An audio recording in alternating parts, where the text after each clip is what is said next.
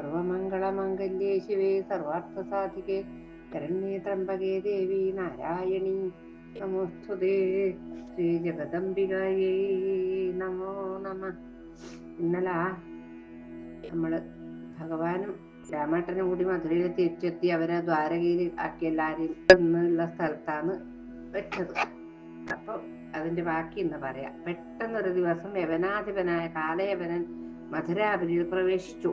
ആ വിവരം അറിഞ്ഞുടനെ കൃഷ്ണൻ എന്ത് ചെയ്തു? മധുരയിൽ നിന്ന് പുറത്ത് കടന്ന് കാലയവനന്റെ മുന്നിലായി നടന്നു.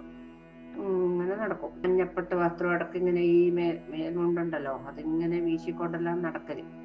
മന്ദഹാസവും തൂക്കി നടക്കുന്ന ഭഗവാനെ കാലയവനെ പിന്തുടർന്നു. വഴിയിലൊരു കോട്ടയിൽ മുചുകുന്ദൻ എന്ന രാജർഷി സുഖമായി ഉറങ്ങിക്കിടക്കുന്നുണ്ടായിരുന്നു. കാലയവനെ നോക്കിക്കൊണ്ടിരിക്കുമ്പോൾ ഭഗവാൻ എന്ത് ചെയ്തു? ആ ഗുഹയിലേക്ക് കയറി മറിഞ്ഞു നിന്നു. ഇരുട്ടന്ധകാരം പിടിച്ച ഗുഹയാണ്. അതിനകത്ത് ഭഗവാൻ കയറിയുന്ന പിന്നെ കാണുകയില്ലല്ലോ. ഭഗവാൻ ഗുഹയിലേക്ക് കയറിയത് കണ്ട ഉടനെ കാലയവനും ഗുഹക്കകത്തേക്ക് കടന്നു. ഭഗവാൻ തന്നെ പേടിച്ച് ഒളിച്ചു കിടക്കുകയാണെന്ന് വിചാരിച്ച് കാലയവനൻ ഉറങ്ങിക്കിടക്കുന്ന മുചുകുന്ദൻ ഒരൊറ്റ ചവിട്ട്. ഉറങ്ങിക്കിടന്ന മുചുകുന്ദനാണെങ്കിലോ കാലയവനന്റെ ചവിട്ട് കൊടുത്ത് പൊളഞ്ഞുപോയി. എന്നിട്ട് ഉണർന്നിട്ടപ്പോ കണ്ടത് ഇവനെ തന്നെയല്ലേ കണ്ടത്, കാലയവനാ. അപ്പൊ ഭഗവാന്റെ കൈ കൊണ്ട് മരിക്കാനില്ലേ പുണ്യൊന്നും അവൻ ചെയ്തിട്ടില്ല. അതുകൊണ്ട് ആരെ കൊണ്ടെങ്കിലും കൊല്ലിപ്പിക്കും. അങ്ങനെയാണ് ചില ആൾക്കാരെ വേറെ ആളെ കൊണ്ട് കൊല്ലിപ്പിക്കും. അങ്ങനെയല്ലേ ഈ ജരാസന്ധനൊക്കെ ഭീമസേനെ കൊണ്ട് കൊല്ലിച്ചത്. മുചുകുന്ദന്റെ ക്രോധാഗ്നിയിൽ കാലയവനൻ ഭസ്മമായി. പിന്നീട് രാജർഷി നോക്കിയത് ഭഗവാന്റെ മുഖത്തേക്കാണ്. അദ്ദേഹം ഭഗവാൻ നമസ്കരിച്ച് വീണ്ടും തപസ് ചെയ്യാനായി പോയി. പിന്നീട് ഭഗവാൻ ബലരാമനോട് കൂടി ദ്വാരകാപുരിയിൽ എത്തുകയും ചെയ്തു. ഈ സമയത്ത് ചേതിരാജ്യത്തിൽ രുക്മിണിയുടെ വിവാഹാഘോഷം നടക്കുവാൻ പോകുന്നുണ്ടെന്നറിഞ്ഞ് അവിടെ എത്തി. രുക്മിണിയെ രാക്ഷസവിധി പ്രകാരം വിവാഹം ചെയ്ത് ദ്വാരകയിലേക്ക് കൊണ്ടുവന്നു. അതിനുശേഷം ജാമ്പവതി, സത്യഭാമ, ഭദ്ര, സത്യ, കാളിന്തി, മിത്രവിന്ദ, ലക്ഷ്മണ തുടങ്ങിയവര് വേളി കഴിച്ചു. കൃഷ്ണന്റെ പട്ടമഹിഷികളായി 8 പേരും വിരാജിച്ചു. ഭഗവാൻ രുക്മിണിയിലുണ്ടായ പുത്രനാണ് പ്രദ്യുമ്നൻ. കൃഷ്ണനെ പോലെ തന്നെ സുന്ദരനായിരുന്ന ബാലന്റെ ജാതകർമ്മം ഭഗവാൻ വിധിയാമണ്ണം നിർവഹിച്ചു. ആ വലിയ കൊട്ടാരത്തിന്റെ ഈറ്റില്ലത്തിൽ നിന്ന് ആ ബാലനെ ശബരാസുരനെടുത്ത് കൊണ്ടുപോയി സമുദ്രത്തിലിട്ടു. സമുദ്രത്തിൽ നിന്ന് അതിന് ഒരു മത്സ്യം, വലിയൊരു മത്സ്യം പിടുങ്ങി. ചെറിയ കുട്ടിയല്ലേ. ആ മത്സ്യത്തിന് ഒരു മുക്കുവന് കിട്ടി. ആ മുക്കുവൻ വലിയ മത്സ്യം. അപ്പൊ ഇത്ര വലിയ മത്സ്യം രാജാവിനല്ലേ കൊടുക്കേണ്ടത്, പറഞ്ഞിട്ട് ആർക്ക് കൊണ്ട് കൊടുത്തു? ശംബരാസുരന് കൊണ്ട് കൊടുത്തു. അപ്പൊ ശംബരാസുരന്റെ അടുക്കളക്കാരിയായിട്ട് ശ്രീനാരദ മഹർഷിയുടെ ഉപദേശപ്രകാരം രതീദേവി മായാവതി എന്ന പേരില് കഴിഞ്ഞുകൂടുന്നുണ്ടായിരുന്നു. അങ്ങനെ മായാവതിയുടെ കയ്യിൽ ഏൽപ്പിച്ചു ആ മത്സ്യത്തിന് മുട്ടി നോക്കുമ്പോൾ പൊന്നു പോലത്തെ ഒരു മകൻ, ഒരു ഉണ്ണി. ആ ഉണ്ണീനെ അപ്പോഴത്തേക്ക് ശ്രീനാരദ മഹർഷി വീണ്ടും വന്നു. എന്നിട്ട് പറഞ്ഞു, ഇത് നിന്റെ ഭർത്താവായ കാമദേവന്റെ പുനരവതാരാണ്, നീയും രതീദേവിയാണ് നീ. അതുകൊണ്ട് ഈ ശംബരാസുരൻ കാണാതെ വളർത്തിയിട്ട് യുവാവുമ്പോ ശംബരാസുരനെ കൊന്നിട്ട് ഭഗവാന്റെ അടുത്തേക്ക് പോണം എന്ന് പറഞ്ഞു കൊടുത്തിട്ടുണ്ടായിരുന്നു. അങ്ങനെ മായാവതി വളരെ മായാപ്രയോഗം കൊണ്ട് വേഗം വളർത്തിയെടുത്തു ഈ കുട്ടീനെ. വേഗം യുവാവായി. അങ്ങനെ ഭഗവാൻ ഈ കുഞ്ഞ് നഷ്ടപ്പെട്ടതായിട്ട് ഭാവിച്ചു എന്നല്ലേ പറയേണ്ടത്. ഭഗവാനുണ്ടോ ദുഃഖം? ഭഗവാൻ എല്ലാം ഒരുപോലല്ലേ. അറിയാത്തതായിട്ട് എന്തെങ്കിലും ഉണ്ടോ? ഇല്ലല്ലോ. എന്നിട്ട് ജഗദംബയെ ധ്യാനിച്ച് സ്തോത്രങ്ങൾ കൊണ്ട് സ്തുതിച്ചു ഭഗവാൻ. എന്തു പറയുന്നു? അമ്മേ ദേവി, പണ്ട് ഞാൻ ധർമ്മസുതനായ നാരായണനെ ബദരീവനത്തിൽ കഠിന തപസ് ചെയ്ത് അവിടുത്തെ അർച്ചനകൾ കൊണ്ട് സന്തോഷിപ്പിച്ചത് അവിടുന്ന് മറന്നുവോ? എന്റെ മകൻ ഈറ്റില്ലത്തിൽ കട്ടെടുത്ത് കൊണ്ടുപോയത് ആരാണ്? വലിയ കോട്ടമതിലും ധാരാളം കാവൽക്കാരുമുള്ള ദ്വാരകയിൽ നല്ല അഭിനയാണ് ഭഗവാന്റെ. എന്റെ മകനെ കൊണ്ടുപോയിട്ടും ഒന്നും അറിയാത്ത മതി ഇരിക്കുന്ന നേരം പൊക്ക് കാണാനുള്ള കൗതുകം കൊണ്ടാണോ? ഈ കോട്ടക്കകത്ത് ആരും പുറത്തു പോയിട്ടില്ല. എന്നിട്ടും ഇപ്രകാരം സംഭവിച്ചത് എന്താണ്? അമ്മയുടെ മായാവൈഭവം കൊണ്ടാണെന്ന് എനിക്ക് തോന്നുന്നു. അതുകൊണ്ട് എന്റെ പൂർവജനെ എന്റെ അമ്മയുടെ ഗർഭത്തിൽ നിന്ന് രോഹിണി മാതാവിലേക്ക് ആകർഷിച്ചു. ഭർത്തൃസംഘമില്ലാതെ രോഹിണി മാതാവ് ബലരാമനെ പ്രസവിക്കുകയും ചെയ്തു. അത്ഭുതം എന്നല്ലാതെ എന്ത് പറയാനാണ്? ത്രിഗുണത്തോടുകൂടി അവിടുന്ന് തന്നെയല്ലേ ഈ വിശ്വത്തിന്റെ സൃഷ്ടിസ്ഥിതി പരിപാലനം ചെയ്യുന്നത്. അവിടുന്ന് തന്നെ കനിഞ്ഞ സന്താന സുഖം തന്നു. ഇപ്പോൾ പുത്രദുഃഖവും എന്നിൽ ഏൽപ്പിച്ചു. സുഖവും ദുഃഖവും തന്നെ അവിടുന്ന് രസിച്ചിരിക്കുകയാണല്ലോ. അമ്മേ, ആ ബാലന്റെ അമ്മ പക്ഷിക്കുഞ്ഞു പോയ തള്ളപ്പക്ഷിയെ പോലെ എൻ്റെ അടുത്തിരുന്ന് കരയുകയാണ്. അത് അവിടുന്ന് അറിയുന്നുണ്ടോ ദേവി? സന്താനലാഭം സുഖത്തിന്റെ പരമകാഷ്ഠയാണെങ്കിൽ അത് നഷ്ടപ്പെടുമ്പോഴുള്ള ദുഃഖം പറഞ്ഞറിയിക്കുവാൻ പറ്റാത്തതുമാണ്. അവിടുത്തെ സന്തോഷത്തിനു വേണ്ടി യജ്ഞങ്ങളും വ്രതങ്ങളും ഞാൻ അനുഷ്ഠിച്ചുവല്ലോ. എല്ലാവരുടെയും ദുഃഖങ്ങൾ ഇല്ലാതാക്കാൻ കഴിവുള്ള അവിടുന്ന് എൻ്റെ ദുഃഖത്തിന് സമാധാനം ഉണ്ടാക്കി തരണേ. എൻ്റെ മകൻ ജീവിച്ചിരിപ്പുണ്ടെങ്കിൽ അവനെ എൻ്റെ കൺമുന്നിൽ കാണിച്ചു തരൂ എന്ന് പറഞ്ഞു. ഇപ്രകാരം അക്ലിഷ്ടകർമാവായ കൃഷ്ണൻ സ്തുതിച്ചപ്പോൾ ദേവി പ്രത്യക്ഷപ്പെട്ട് ജഗദ്ഗുരുവായ കൃഷ്ണനോട് ഇപ്രകാരം പറഞ്ഞു: അല്ലയോ ദേവദേവ, അങ്ങ് ദുഃഖിക്കണ്ടാട്ടോ. ഒരു ശാപത്തിന്റെ ഫലമായാണ് അങ്ങയുടെ പുത്രനെ ശംബരാസുരൻ അപഹരിച്ചു കൊണ്ടുപോയത്. ആ ശംബരാസുരനെ കൊന്ന് പ്രദ്യുമ്നൻ 16 വയസ്സാകുമ്പോൾ തിരിച്ചു വരും. സന്തോഷിച്ചോളൂ എന്ന് പറഞ്ഞു. ഇപ്രകാരം അരുളി ചെയ്ത് ചണ്ഡികാദേവി അന്തർധാനം ചെയ്തു. ഭഗവാനും പുത്രദുഃഖം ഉപേക്ഷിച്ച് ദ്വാരകയിൽ വാണു. ഇതാണ് കൃഷ്ണകഥ. 24-ാമത്തെ അധ്യായത്തിലെ ഭഗവാന്റെ കഥ ജഗദംബികയുടെ പാദങ്ങളിൽ സമർപ്പിച്ചു നമ്മൾ. ഇനിയിപ്പോ പരാശക്തിയുടെ സർവജ്ഞത്വമാണ് വെളിവാക്കുന്നത് 25-ാമത്തെ അധ്യായത്തില്. അപ്പൊ ജനമേജയൻ ചോദിക്കാൻ തുടങ്ങി: വ്യാസ മഹർഷി, വിഷ്ണുവംശമായ കൃഷ്ണനും പുത്രദുഃഖം അനുഭവിച്ചെന്ന് കേൾക്കുമ്പോൾ മനസ്സിൽ പല സംശയങ്ങളും അലയടിക്കുകയാണ്. ജഗദ്ഗുരുവായ കൃഷ്ണന്റെ ദ്വാരകാ രാജധാനിയിൽ നിന്ന് എങ്ങനെയാണ് ശംബരാസുരൻ പ്രദ്യുമ്നനെ അപഹരിച്ചു കൊണ്ടുപോയത്? സർവജ്ഞനായ കൃഷ്ണൻ ഒന്നും അറിഞ്ഞില്ലെന്നത് അതിലും വലിയ അത്ഭുതം തന്നെ. വ്യാസം പറയുന്നു: ജനമേജയ, എല്ലാം ശങ്കരപ്രാണവല്ലഭയുടെ മായ തന്നെയാണ്. ആ മായ ആരെയാണ് ഭ്രമിപ്പിക്കാത്തത്? മനുഷ്യദേഹം സ്വീകരിച്ചാൽ മനുഷ്യ സഹജമായ സുഖദുഃഖങ്ങളും അനുഭവിക്കേണ്ടി വരും. വിശപ്പ്, ദാഹം, ഭയം, നിദ്ര, വിഭ്രമം, ആലസ്യം തുടങ്ങിയവയും കാമക്രോധാദി വികാരങ്ങളും മനുഷ്യ സഹജമാണ്. ദേഹമെടുത്തവൻ ഇതൊക്കെ അനുഭവിച്ചേ മതിയാകും. ശ്രീരാമചന്ദ്ര പ്രഭുവിന്റെ കഥയെ തന്നെ ഉദാഹരണമായി എടുക്കാം. തന്റെ മുമ്പിൽ സീതയെ മോഹിപ്പിച്ചും കൊണ്ട് തുള്ളിച്ചാടി നടന്ന പൊന്മാനിന്റെ യഥാർത്ഥ രൂപം ശ്രീരാമന് മനസ്സിലായില്ലെന്നതും രാവണൻ വന്ന് സീതയെ അപഹരിച്ചത് അറിഞ്ഞില്ലെന്നതും അത്ഭുതം തന്നെയല്ലേ? തനിക്ക് അഭിഷേകം നിശ്ചയിച്ച ദിവസം വനവാസത്തിന് പോകേണ്ടി വന്നതും ആ ദുഃഖം കൊണ്ട് തന്നെ. അച്ഛനായ ദശരഥൻ മരിച്ചതും പ്രഭു അറിഞ്ഞില്ലെന്നോ? സീതാവിരഹ ദുഃഖത്തിൽ പ്രാകൃത മനുഷ്യന്മാരെ പോലെയല്ലേ വിലപിച്ച് നടന്നത്?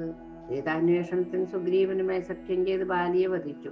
വാനരന്മാരുടെ സഹായത്തോടെ സേതുബന്ധനം ചെയ്ത് ലങ്കയിൽ പ്രവേശിച്ച് രാവണന്റെ സൈന്യത്തോട് യുദ്ധം ചെയ്തപ്പോൾ നാഗപാശത്താൽ ബന്ധിതനായില്ലേ? ആ സമയത്ത് താർക്ഷനല്ലേ രക്ഷകനായി വന്ന് മോചിപ്പിച്ചത്? മഹാബലവാന്മാരായ കുംഭകർണൻ, മേഘനാഥൻ, ഇന്ദ്രജിത്ത്, രാവണൻ തുടങ്ങിയവരെ യുദ്ധത്തിൽ വധിക്കുകയും ചെയ്തു. ഒരു കളങ്കവും സംഭവിക്കാതെ വൈദേഹി അഗ്നിപ്രവേശം ചെയ്യിച്ച് വീണ്ടെടുത്തു. പിന്നീട് ലോകാവാദത്തെ ഭയന്ന് ഉപേക്ഷിക്കുകയും ചെയ്തു.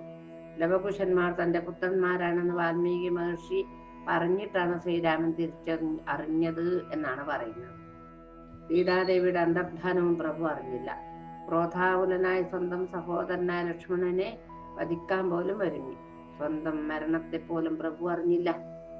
മർത്യവേഷമെടുത്താൽ മനുഷ്യ സഹജമായ എല്ലാ സുഖദുഃഖങ്ങളും അനുഭവിക്കേണ്ടി വരുമെന്ന് ലോകരെ പഠിപ്പിക്കാനാണ് ശ്രീരാമചന്ദ്ര പ്രഭു അങ്ങനെയൊക്കെ അഭിനയിച്ചത് എന്ന് പറയുന്നു. അതുപോലെ തന്നെയാണ് മനുഷ്യദേഹമെടുത്ത കൃഷ്ണന്റെ അനുഭവവും. കംസനെ ഭയപ്പെട്ട് ഗോകുലത്തിൽ വന്ന് താമസിച്ചതും ജരാസന്ധനെ ഭയന്ന് ദ്വാരകയിലേക്ക് താമസം മാറ്റിയതും ഇതിന്റെ ഉദാഹരണം തന്നെയാണ്. ശിശുപാലൻ വേളി കഴിക്കാൻ നിശ്ചയിച്ചുറപ്പിച്ച രുക്മിണിയെ കട്ടുകൊണ്ടുപോന്നു. സ്വന്തം മകനെ ശംബരൻ അപഹരിച്ചു കൊണ്ടുപോയപ്പോൾ ദുഃഖിച്ചു കരഞ്ഞു. സത്യഭാമയുടെ വാക്കനുസരിച്ച് സ്വർഗത്തിലെ കൽപ്പവൃക്ഷത്തിനെ എടുത്തത് കാരണം ഇന്ദ്രനുമായി യുദ്ധം ചെയ്യേണ്ടി വന്നു. ഞാനും ഒരു സ്ത്രീ കടിമയാണെന്ന് ലോകർക്ക് ബോധ്യമാക്കി. രുക്മിണിക്കും മറ്റ് കൃഷ്ണപത്നിമാർക്കും പുത്രന്മാരുണ്ടായപ്പോൾ ജാമ്പവതിക്ക് മാത്രം സന്താനലാഭം ഉണ്ടായില്ല. ആ ദേവി കൃഷ്ണന്റെ സമീപം ചെന്ന് സങ്കടം പറഞ്ഞു: ദേവ, എന്റെ സപത്നിമാർക്കൊക്കെ കുട്ടികളുണ്ട്, എനിക്ക് മാത്രം ഭാഗ്യം ഉണ്ടായില്ലല്ലോ. എനിക്കും പുത്രനെ ലാളിക്കാൻ അതിയായ മോഹമുണ്ട്. ആ ഭാഗ്യം തന്നെ എന്നെയും അനുഗ്രഹിക്കണേന്ന് പറഞ്ഞു. ജാമ്പവതിയും ആഗ്രഹം സഫലമാക്കാൻ കൃഷ്ണൻ മുൻശ്രേഷ്ഠനായ ഉപമന്യു തപസ്സനുഷ്ഠിക്കുന്ന പർവ്വത പ്രാന്തത്തിലെത്തി. അദ്ദേഹത്തിൽ നിന്ന് മന്ത്രോപദേശം വാങ്ങി ശിവവ്രതം അനുഷ്ഠിച്ചു. 1 മാസം യോഗദണ്ഡും കപാലവും എടുത്ത് കായ്കിഴങ്ങുകൾ മാത്രം ഭുജിച്ച് തപസ് ചെയ്തു. ഇതൊന്നും നമ്മൾ അറിയുന്നില്ല കേട്ടോ.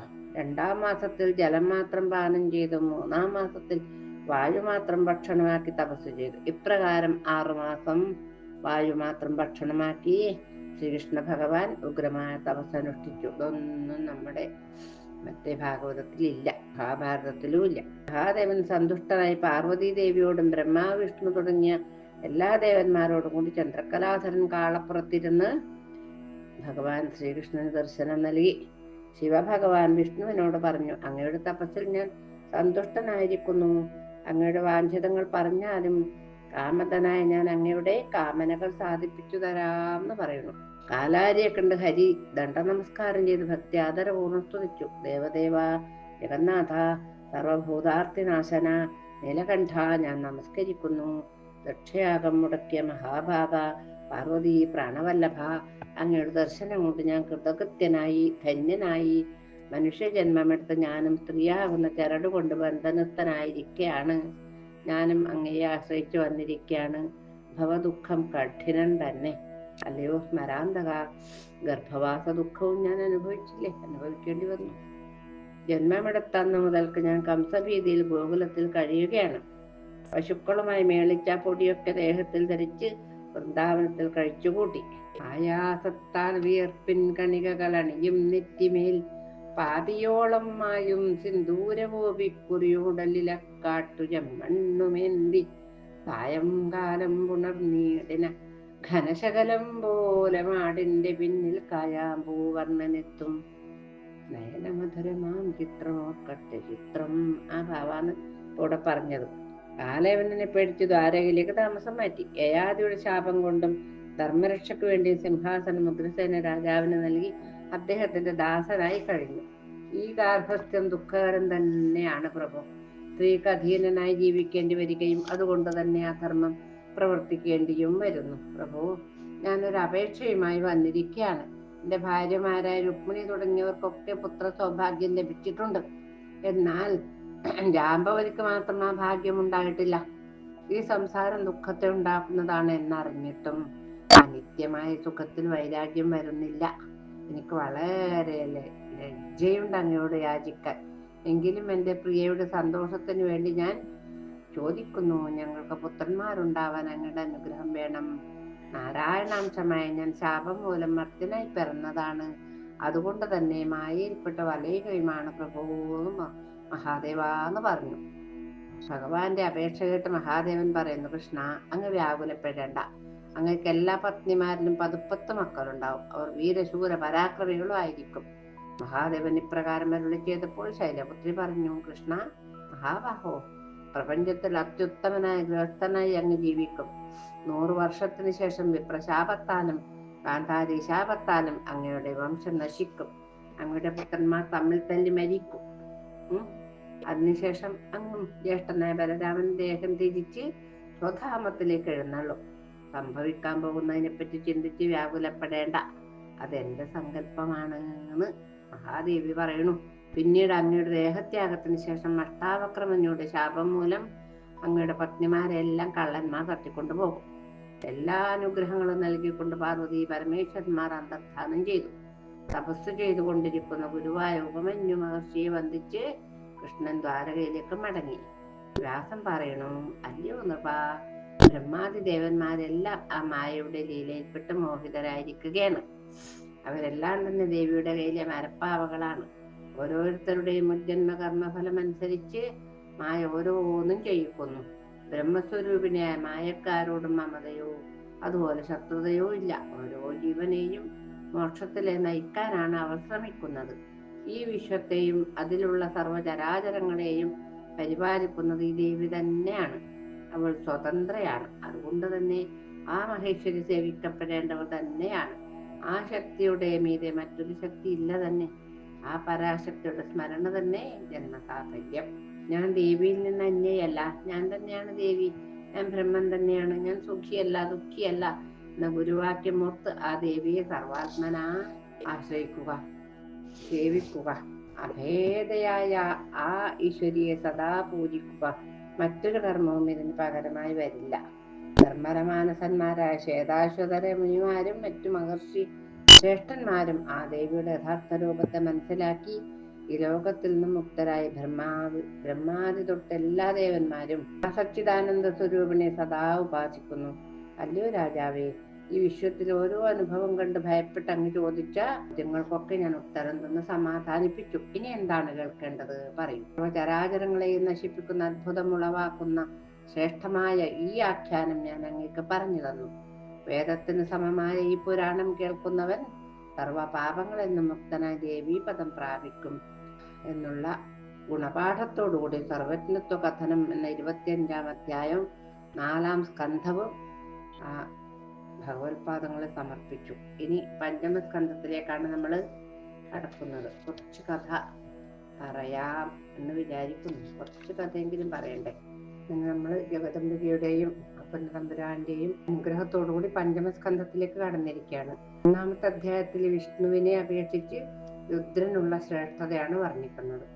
ഋഷികൾ സൂതനോട് ചോദിക്കുകയാണ്, അല്ലയോ സൂത മഹാശയ, എല്ലാ പാപങ്ങളെയും ഇല്ലാതാക്കുന്ന ശ്രീകൃഷ്ണ ഭഗവാന്റെ ശ്രേഷ്ഠമായ കഥകളങ്ങ് വിസ്തരിച്ച് പറഞ്ഞാൽ മനസ്സിൽ പല സംശയങ്ങളും ബാക്കി നിൽക്കുകയാണ്. വിഷ്ണുവിന്റെ അംശമായി ജനിച്ച ശ്രീഹരി കാട്ടിലേക്ക് പോയി ശിവപാർവതിമാരെ തപസ് ചെയ്തുവെന്നും ലോകമാതാവായ ദേവി വരം കൊടുത്തു എന്നും അങ്ങ് പറഞ്ഞു. ഭഗവാൻ ശ്രീകൃഷ്ണൻ സർവേശ്വരനാണല്ലോ, പിന്നെ എന്തിനാണ് മറ്റു ദേവന്മാരെ പൂജ ചെയ്തത്? ഇപ്പൊ സൂതൻ പറയുന്നു, എന്റെ ഗുരുവായ വ്യാസമഹർഷി പറഞ്ഞു കേട്ടത് ഞാൻ നിങ്ങളോട് പറയാം. ഈ കഥകൾ വ്യാസൻ ജനമേജയന് പറഞ്ഞു കൊടുക്കുമ്പോൾ അദ്ദേഹത്തിനും ഈ സംശയം ഉണ്ടായിരുന്നു. അദ്ദേഹം ചോദിച്ചു, അങ്ങ് പറഞ്ഞതിന്റെ കാരണം എനിക്ക് മനസ്സിലായി. ദേവന്മാരുടെയും മീതിയെ ഒരു ശക്തി ഉണ്ടെന്ന് അങ്ങ് പറഞ്ഞിട്ടുണ്ടല്ലോ. എങ്കിലും മനസ്സിന്റെ സംശയങ്ങൾ പരിപൂർണമായി വിട്ടുമാറുന്നില്ല. സർവജ്ഞനായ വിഷ്ണു ഉഗ്ര തപസ് ചെയ്ത് മഹാദേവനെ ആരാധിച്ചു എന്ന് കേട്ടപ്പോൾ സംശയം തോന്നുന്നു. സൃഷ്ടിസ്ഥിതി സംഹാരങ്ങൾ ഒറ്റക്ക് നടത്താൻ പ്രാപ്തിയുള്ള ഭഗവാൻ എന്തിനാണ് തപസ് ചെയ്തത്? അപ്പൊ വേദവ്യാസൻ പറയണു, അങ്ങ് പറഞ്ഞതെല്ലാം ശരിയാണ്. ആ ദൈത്യാരി എല്ലാം നടത്തുവാൻ ശക്തിയുള്ളവനും തന്നെ. എന്നാൽ മനുഷ്യജന്മം എടുത്താൽ എല്ലാവരും വർണ്ണാശ്രമങ്ങൾക്കനുസരിച്ചുള്ള കർമ്മങ്ങൾ ചെയ്യേണ്ടി വരും. മുതിർന്നവരെ ബഹുമാനിക്കണം, ബ്രാഹ്മണരെ പൂജിക്കണം, ദേവകളെ ആരാധിക്കണം. ദുഃഖം വരുമ്പോൾ ആധി ഉണ്ടാവും, സന്തോഷമാണെങ്കിൽ അതിന്റെ സുഖവും ഉണ്ടാവും. മനുഷ്യദേഹികൾക്ക് ത്രിഗുണങ്ങളുടെ ചേർച്ച കൊണ്ട് കാമ, ക്രോധ, മത, മാത്സര്യാദികൾ പ്രകടമാവും. ഗുണങ്ങൾ ചേർന്ന ദേഹത്തിൽ നിർഗുണത്വം ഉണ്ടാകുമോ? വിപ്രശാപം കൊണ്ടും ഗാന്ധാരിശാപം കൊണ്ടും യാദവകുലം മുച്ചൂടും ഒടിഞ്ഞു. കൃഷ്ണൻ തന്റെ ദേഹം ത്യജിക്കുകയും ചെയ്തു. കൃഷ്ണന്റെ പത്നിമാരെ തസ്കരന്മാർ തട്ടിക്കൊണ്ടുപോവുകയും ചെയ്തു. ആ കൃത്യത്തെ തടുക്കാൻ അർജുനൻ ഒരു അമ്പു തൊടുക്കാൻ പോലും ശക്തിയില്ലാതായി. പ്രദ്യുമ്നന്റെയും അനിരുദ്ധന്റെയും തിരോധാനം കൃഷ്ണൻ അറിഞ്ഞില്ല. മർത്യദേഹം സ്വീകരിച്ചാൽ ഇപ്രകാരമൊക്കെ അനുഭവിക്കേണ്ടി വരും എന്ന് നാം മനസ്സിലാക്കുക. വിഷ്ണുവിന്റെയും നാരായണ ഋഷിയുടെയും അംശമായ ഭഗവാൻ ശ്രീകൃഷ്ണൻ ശൈവപൂജ ചെയ്തതിൽ ആശ്ചര്യപ്പെടുന്നത് എന്തിനാണ് എന്ന് ചോദിച്ചു. ശിവഭഗവാൻ കാരണസ്വരൂപനായതുകൊണ്ട് മർത്യദേഹം സ്വീകരിച്ച വിഷ്ണുവിനും പൂജനീയനാണ്. പ്രണവമന്ത്രമാണ് ബ്രഹ്മ വിഷ്ണു രുദ്രന്മാർ. ഇതിൽ അകാരം ബ്രഹ്മാവിനെയും ഉകാരം വിഷ്ണുവിനെയും മകാരം രുദ്രനെയും സൂചിപ്പിക്കുന്നു. ഇതിൽ അർദ്ധമാത്രസ്ഥയായ ദേവിയാണ് എല്ലാവർക്കും മീതെയുള്ള ശക്തി എന്ന് വിദ്വജ്ജനങ്ങൾ പറയുന്നു. ബ്രഹ്മാവിനേക്കാൾ മഹത്വം വിഷ്ണുവിനാണെന്നും വിഷ്ണുവിനേക്കാൾ മഹത്വം മഹാദേവനാണെന്നും പറയുന്നത് കൊണ്ട് വിഷ്ണു രുദ്രനെ പൂജ ചെയ്തതിൽ ഒട്ടും ആശ്ചര്യം തോന്നേണ്ട ആവശ്യമില്ല.